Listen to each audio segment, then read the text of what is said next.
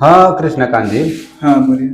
हम एक बात पूछ रहे हैं आपसे। अच्छा पूछिए। तो बात ऐसा है कि देखिए, डॉलर की तुलना में रुपया बहुत लगातार अग्रसर बहुत तेजी से गिरते आ रहा है। माने नहीं, कैसा है ऐसा चल मतलब रहा इसका है? कारण क्या है आपको ये इसका, कहना हाँ, है? इसका कारण और क्या इसी है? कारण से महंगाई बढ़ रहा है, हाँ आपका ये हाँ। कहना है? हम्म। देखिए, सबसे पहले तो आप सभी लोगों को नमस्कार। मैं कृष्णकांत। भैया जी जो सवाल किए हैं कि अभी की डॉलर की तुलना में रुपया बहुत तेजी से गिर रहा है, क्यों गिर रहा है, और महंगाई बहुत तेजी से बढ़ रहा है। और अभी की जो केंद्र की जो मौजूदा सरकार है उसके ऊपर लोग तंज भी कसते हैं कि महंगाई बहुत ज्यादा बढ़ गया है। तो मैं उन सभी लोगों से और आपसे भी कहना चाहता हूं कि यूं ही हमारा देश बर्बाद नहीं हुआ, यूं ही हम बर्बाद नहीं हुए। हमें बर्बाद होने में सबसे बड़ा योगदान आर्थिक नीतियों का है। और आर्थिक नीतियों का खराब होने का सबसे प्रमुख जो कारण है वो उस वक्त के जो नेतृत्व था, उस वक्त जो सत्ता था, हमारे देश की सत्ता जिनके हाथों में थी, उनका सबसे बड़ा हाथ है। सबसे पहले तो आपको बता दें कि अगर किसी भी देश को या किसी भी व्यक्ति को अगर बर्बाद होना है तो अपने आर्थिक प्रबंधन को खराब कर ले। मतलब धन गया मतलब सब गया। तो हमारे देश का जो सबसे बड़ा धन है वो रुपया है। बात सही है। तो मैं बताऊंगा आपको कि हमारे जो रुपया है उसका वैल्यू सबसे पहले कितना ज्यादा था। हमारा देश पहले कितना ज्यादा बहुत समृद्ध था, बहुत अच्छा था, जैसे जो सोने का चिड़िया कहा जाता था। लेकिन कांग्रेस की गलत नीतियों के कारण, छोड़िए कांग्रेस के फेरा में कह रहा है। देखिए कांग्रेस को छोड़ कैसे दें। जब से हमारा देश आजाद हुआ है तब से डायरेक्टली या इनडायरेक्टली तौर पर हमारे देश की सत्ता कांग्रेस जो है अपने हाथों में 65 सालों तक रखी। हाँ, तो जब हमारा देश, ये तो है, तो जब हमारा देश की बर्बादी कहानी होगी तब तक उस खास खानदान की इतिहास को तो जरूर उल्टा जाएगा ना। ये तो है, बात सही बोल रहे हैं। अगर उस खास खानदान के इतिहास को नहीं उल्टेंगे तो पता कैसे चलेगा कि हमारा देश कब बर्बाद कैसे स्टार्ट हुआ। तो अब आपको हम बताने जा रहे हैं कि हमारा रुपया का वैल्यू पहले कितना ज्यादा था। देखिए जब हमारा देश आजाद हुआ तो उस वक्त हमारा जो रुपया है वो इंटरनेशनल रुपया हुआ करता था। वो हमारे देश के अलावा अलग अलग देश में भी चलता था, जैसे गल्फ कंट्री में भी चलता था, उसके बाद में अफ्रीकन कंट्री में भी चलता था। आपको बता दूं कि नेपाल के काठमांडू से लेकर पूरी तरीके से कुवैत तक चलता था।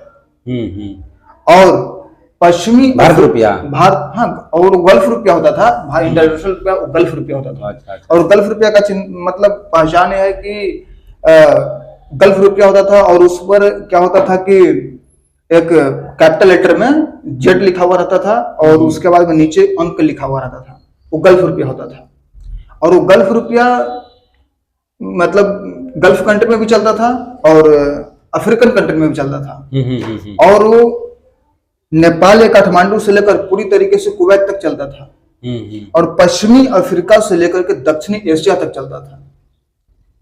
और इसमें अगर शामिल देशों की बात किया जाए तो नेपाल हो गया, बहरीन हो गया, ओमान हो गया, कुवैत हो गया, उसके बाद में यूएई हो गया, और उसके बाद में अफ्रीकन कंट्री में भी चलता था, जैसे कि आपका तंजानिया हो गया, युगांडा हो गया। इन सभी देशों में हमारा गल्फ रुपया चलता था। और उन सभी लोग जो अपना अगर सामान भी बनाते थे और उस सामान को अगर उस पर अगर मूल्य भी लिखते थे ना तो गल्फ रुपया में भी लिखते थे। और उनका जो स्थानीय जो मुद्रा होता था वो स्थानीय मुद्रा में भी लिखते थे और गल्फ रुपया में भी लिखते थे। तो हमारा रुपया जो था वो गल्फ रुपया होता था और हमारे देश के अलावा अदर देश में भी चलता था। और पूरे विश्व में भारत का ही एक ऐसा रुपया था जो भारत के अलावा अलग अलग देश में चलता था। और अभी का सबसे महंगा मुद्रा कौन सा? पाउंड है। पाउंड है। उस वक्त हमारा एक गल्फ रुपया जो है 13.33 पाउंड के बराबर था। और जब हमारा देश आजाद हुआ, पाउंड से कि सऊदी अरब पाउंड कुछ रियाल करके कुछ है, इंग्लैंड का पाउंड है। तो हमारा एक गल्फ रुपया के बराबर 13.33 पाउंड हुआ करता था।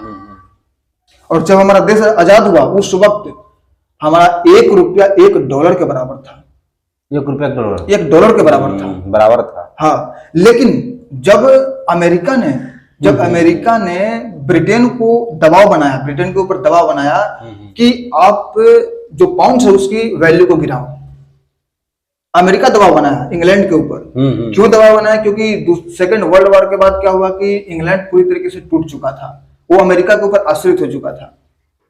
तो अमेरिका इंग्लैंड के ऊपर दबाव बनाया, लेकिन उस वक्त हमारा जब देश आजाद हुआ तो प्रधानमंत्री प्राइम मिनिस्टर जवाहरलाल नेहरू बने हुए थे। तो जवाहरलाल नेहरू का ये कहना था कि हम मतलब आजाद हो गए लेकिन हम गुलामी की पहचान को नहीं छोड़ेंगे। उनका ये कहना था कि अमेरिका आज ब्रिटेन को दबाव डाल रहा है, आगे चलकर हमें दबाव डालेगा, हम पर दबाव डालेगा, इसलिए दबाव डालने के पहले ही हम अपने रुपये की वैल्यू को गिरा देते हैं। ये बोले हाँ, जवाहरलाल नेहरू बोला। हाँ, और इसके लिए अपने मंत्रिमंडल से भी सलाह नहीं लिए, अपने मन में जो आया उसको कर दिए। बेवकूफ थे काजी। और उस वक्त हमारे रुपये की वैल्यू को 30% गिरा दिए, और उस 30% गिरा देंगे। तो जो न जा रहा है इंग्लैंड के सम्मान में कि आप हमें आजाद कर दिए लेकिन हम गुलामी प्रथा नहीं छोड़े। गुलामी की मानसिकता उनके अंदर थी। उनको नेहरू जी का, हाँ, उनका देश से कोई लेना देना नहीं कि हमारा देश क्या जाए, कहाँ जाएगा। 30% वैल्यू गिरा दी, उसी वक्त 30% की वैल्यू को गिरा दिए। आज अब सोचिए कहाँ पहुंच गया। बहुत अब सोचिए कि अमेरिका ने ब्रिटेन के ऊपर दबाव बनाया था, इंग्लैंड के ऊपर दबाव बनाया था। तो ये उनका एक कहना था, उनका एक तर्क था कि आज अमेरिका ब्रिटेन को कह रहा था, ब्रिटेन के ऊपर दबाव बना रहा है, कल हम के ऊपर दबाव बनाएगा। अरे जब बना था तब देख लेते। लेकिन वो इंग्लैंड के सम्मान में, कि मैं आपको सम्मान करता हूं, इंग्लैंड के सम्मान में अपने जो रुपया वैल्यू गिरा दिया। हाँ, 30% वैल्यू गिरा दिया। और उस वक्त $1 के बराबर 1.66 रुपया हो गया। 1.66 रुपया हो गया। 1.66 $1 के बराबर 1.66 रुपया, मतलब ₹1.66। इतना गिर गया। अब यही तक नहीं रुका, अब उसके बाद 1966 में इंदिरा गांधी प्रधानमंत्री बनी हमारे देश की। और बनने के बाद में क्या हुआ, हमारे देश में खाद्य सामग्री बहुत दिक्कत हो गया, खाद्य सामग्रियों की दिक्कत हो गया बहुत ज्यादा, पूरी तरीके से दिक्कत हो गया। तो खाद्य सामग्री अमेरिका से मंगवाने के लिए जो इंदिरा गांधी थी वहां कांटेक्ट की, तो वहां के जो राष्ट्रपति थे वो इनको एक शर्त दिए कि मैं आपको अनाज इसी शर्त पे दूंगा कि आप अपने रुपये की वैल्यू को और गिराइए। और इंदिरा गांधी, पता नहीं लोग इंदिरा गांधी को आयरन लेडी क्यों कहते हैं। भारत में अनाज नहीं था। अरे भारत में ठीक है अनाज नहीं था, लेकिन उस समय बहुत सारे देश थे, यूक्रेन था, आपके पास बहुत सारे ऐसे ऑप्शन थे जिनके यहाँ से आप अनाज ले सकते थे। लेकिन पता नहीं क्यों अमेरिका से अनाज लेने के लिए वो आतुर थी। और पता नहीं लोग उनको आयरन लेडी कैसे कहती हैं। मकलोल था जी। इंदिरा गांधी को अमेरिकी राष्ट्रपति शर्त देते हैं कि हम आपको अनाज देंगे, लेकिन शर्त यह है कि आप अपने रुपए की वैल्यू को और गिरा दीजिए। और ऐसा अनाज वहां से दिए कि वो अनाज वहां के जानवरों को भी नहीं खिलाया जाता था। वहां के जानवरों को भी अनाज एकदम चेक करके वगैरह बहुत अच्छी तरीके से चेक करके खिलाया जाता था, और उससे भी घटिया अनाज इंडिया को देने के लिए, और ऐसी अनाज लेने के लिए इंदिरा गांधी वैल्यू गिरा दी, अपनी रुपए की वैल्यू गिरा दी है। और कितना गिरा है? 57% गिरा दिए उस वक्त। और उस वक्त हमारे जो रुपया था $1 4 कुछ समथिंग पैसे के बराबर था, 4.76 पैसे के बराबर था। तो 57% गिर गया, और गिर गया तो ₹7 कुछ और पैसा हो गया। ₹7 हो गया, ₹7 से पार हो गया। $1 ₹7। हाँ, $1 के बराबर ₹7 कुछ समथिंग पैसा हो गया। अब सोचिए इंदिरा गांधी तो गिरा 57%, और जवाहरलाल नेहरू 30% गिरा दिए, और बिना मंत्रिमंडल से सलाह लिए कुछ गिरा दिए। लेकिन आज के डेट में अगर आप देखेंगे, यही केंद्र की जो मौजूदा सरकार है, जो मोदी की सरकार है, अगर इस समय अगर प्रधानमंत्री नरेंद्र मोदी अगर बिना मंत्रिमंडल से सलाह लिए अगर अपने रुपये की वैल्यू को गिरा देंगे तो देश में देखिए बवाल हो जाएगा। लोग सवाल करेंगे कि क्या बेच दिए हो, क्या देश को बेच दिए, कितना में बेचे हो, कुछ तो बताओ। गला फाड़ फाड़ के लोग पूछेंगे। लेकिन उस वक्त जवाहरलाल नेहरू से कोई पूछने नहीं गया। और राहुल गांधी को ये चीज नहीं दिखता है, क्योंकि एक ही पार्टी था उस समय। और राहुल गांधी को ये चीज नहीं दिखता है। नरेंद्र सरेंडर कहते हैं, लेकिन उस वक्त मतलब बिना दबाव बनाए हुए अमेरिका को सरेंडर कर दिए, वो नहीं दिखता है बिना कुछ बोले हुए।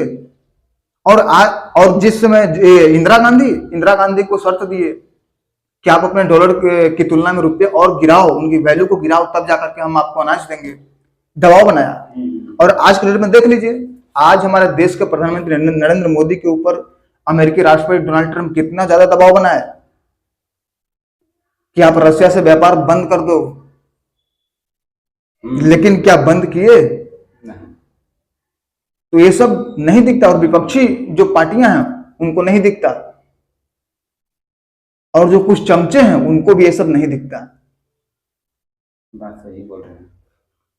आज के डेट में अगर बिना किसी से पूछे हुए नरेंद्र मोदी जी अगर रुपये की वैल्यू को गिरा दें डॉलर की तुलना में, तब देखिए देश में बवाल, बहुत ज्यादा बवाल हो जाएगा। बहुत ज्यादा बवाल हो जाएगा। तो बात बहुत ही अच्छा लगा, बहुत अच्छा लगा, आपके बातों से हमें बहुत ही संतुष्टि मिला। तो चलिए चलते हैं। तो दोस्तों, भैया तो समझ गए, लेकिन आप बताइए, क्या आपको मालूम था, क्या आपको मालूम था कि हमारे देश में हमारा गल्फ रुपया हुआ करता था, जो नेपाल या काठमांडू से लेकर के पूरी तरीके से कुवैत तक चलता था, और पश्चिमी अफ्रीका से लेकर के दक्षिणी एशिया तक चलता था। क्या आपको मालूम था? और इसमें शामिल देशों की अगर बात किया जाए तो नेपाल हो गया, कुवैत हो गया, बहरीन हो गया, ओमान हो गया, इन सभी देशों में चलता था। ये तो गल्फ कंट्री हो गया, यूएई हो गया, तो गल्फ कंट्री हो गया। लेकिन युगांडा हो गया, आपका युगांडा हो गया, फिर तंजानिया हो गया, इन सभी देशों में चलता था। क्या आपको पता था पहले? कमेंट के माध्यम जरूर बताइएगा। तो दोस्तों, फिर मिलते हैं ऐसे ही एक नए वीडियो में। तब तक के लिए जय हिंद, जय भारत।